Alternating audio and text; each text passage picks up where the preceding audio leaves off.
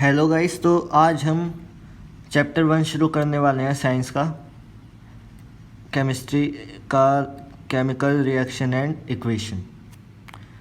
अब chemical reaction क्या होता है, पहले तो समझ लेते हैं रिएक्शन क्या होता है। रिएक्शन मतलब किसी चीज़ का रिएक्ट करना हो गया, रिएक्शन रिएक्ट करना। अब रिएक्शन भी दो तरह की होती है। रिएक्शन क्या हो गया, रिएक्शन से वर्ड से समझो आप। रिएक्शन मतलब कोई चीज़ रिएक्ट करने लग रही है किसी दूसरी चीज़ के साथ। तो दो तरीके के रिएक्शन होते हैं। पहला रिएक्शन होता है फिजिकल रिएक्शन, दूसरा रिएक्शन होता है chemical reaction.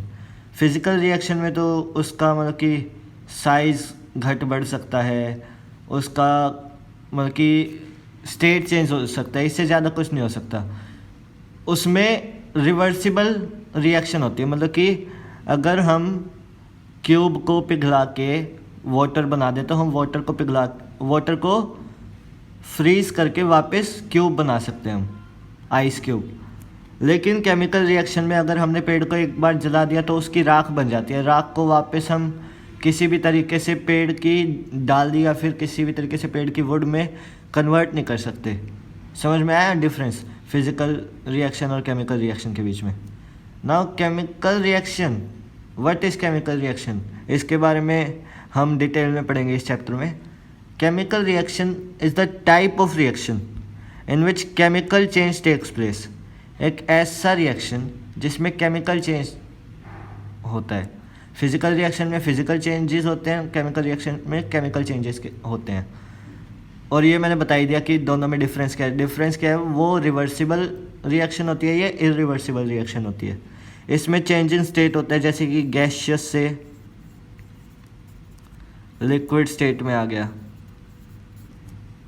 Change in colour, जैसे कुछ भी ब्लू से ग्रीन हो गया,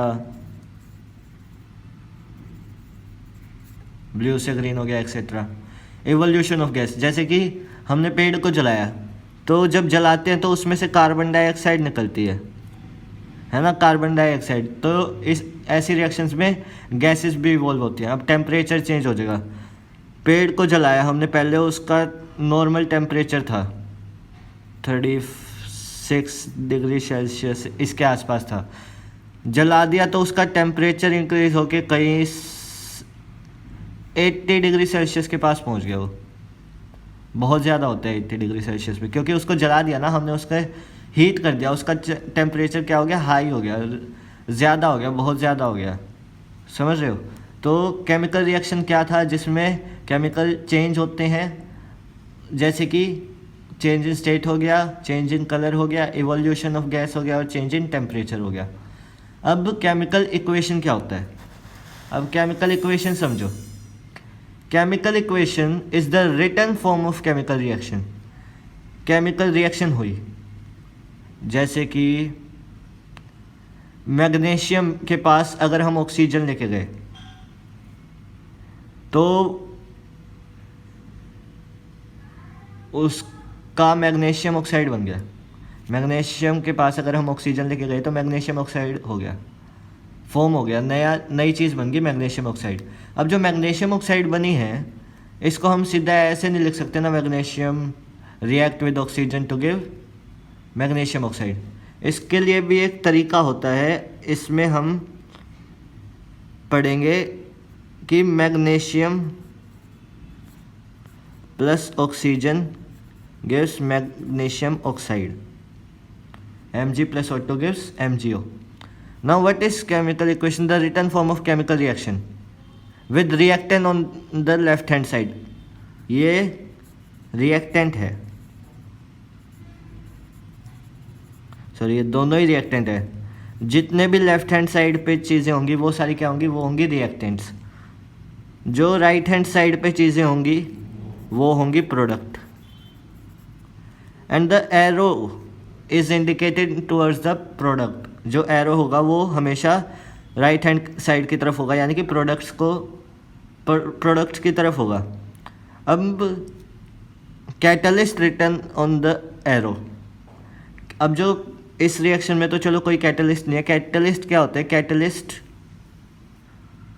कैटलिस्ट क्या होते हैं, catalyst are the substances that increase the rate of reaction. Catalyst क्या होते हैं? ऐसे सब्सटेंसेस जो उस रिएक्शन के रेट को बढ़ा देते हैं। यानी कि अगर पहले स्लो रिएक्शन होने लग रही थी, बिल्कुल आराम आराम से रिएक्शन हो रही थी, तो अगर हम उसमें कोई कैटलिस्ट डाल देंगे तो वो रिएक्शन बहुत तेज़ हो जाएगी, फास्ट हो जाएगी वो रिएक्शन। अब ये पढ़ लिया हमने, एंड प्रोडक्ट्स RHS पे होते हैं, ठीक है। अब आगे पढ़ने से पहले केमिकल रिएक्शन के इक्वेशन के बारे में और ज़्यादा पढ़ने से पहले हमें कुछ चार्जेस पढ़ने हैं। 9th में तो पढ़े नहीं तुम लोगों ने, तो 10th में पढ़ लो। 10th में जो ये चार्जेस हैं, इनका चाहो तो स्क्रीनशॉट ले लो। ये जो चार्जेस हैं ये बहुत इम्पोर्टेंट चार्जेस हैं इस चैप्टर के हिसाब से। इनका स्क्रीनशॉट ले लो, अगर याद ना कर पाओ तो स्क्रीनशॉट लेके अपने नोटबुक में उतार लो। अब हम पढ़ेंगे बैलेंस्ड इक्वेशन के बारे में। बैलेंस्ड इक्वेशन क्या होता है? The reaction, the written form of the reaction with same number of reactant and products. एक ऐसी केमिकल रिएक्शन, ध्यान से सुनना, एक ऐसी केमिकल रिएक्शन जिसमें जो रिएक्टेंट थे उनका प्रोडक्ट, उनका नंबर भी सेम हो, और जो प्रोडक्ट्स हैं उनका नंबर भी सेम हो। आगे एग्जांपल दूंगा मैं आगे इसका एक। इसमें पहले क्वेश्चन आते हैं कि why is balancing a chemical reaction necessary. आप कहोगे यार ऐसे कैसे क्यों करे भाई, क्यों ज़रूरी है ये प्रोडक्ट्स और रिएक्टेंट्स के नंबर का सेम होना, क्यों ज़रूरी है भाई? तो भाई ये ज़रूरी इसलिए है, balancing is necessary to follow the law of conservation of mass. पिछले साल तो पढ़े नहीं, इस साल पढ़ना पड़ेगा क्योंकि इस साल बोर्ड क्लास है। Now what is law of conservation of mass? पिछले साल आया था लेकिन हमने पढ़ा नहीं था। क्यों नहीं पढ़ा था? इस साल पढ़ लो।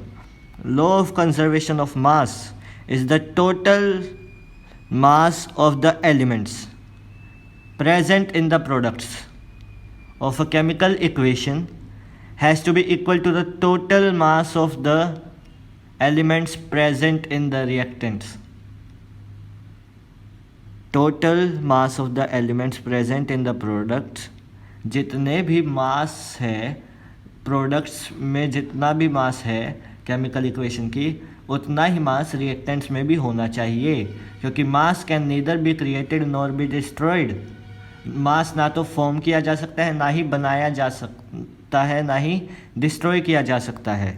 इसीलिए while a chemical equation it is necessary that the total mass of the elements present in the products of a chemical equation has to be equal to the total mass of the elements present in the reactants.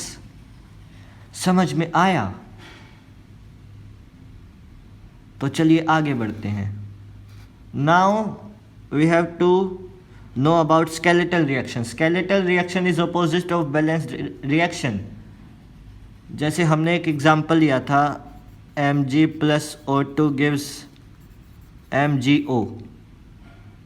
अब Mg plus O2 gives MgO, यहाँ पे O 2 है और यहाँ पे O 1 है, यानी कि नंबर ऑफ एलिमेंट सेम नहीं है, इसलिए ये स्केलेटल रिएक्शन है, ये बैलेंस नहीं है। समझ में आया? अब now we will study about how to balance chemical equation. अब आपने कह दिया सर आपने ये तो बता दिया कि बैलेंस करना है, लेकिन बैलेंस कैसे करना है?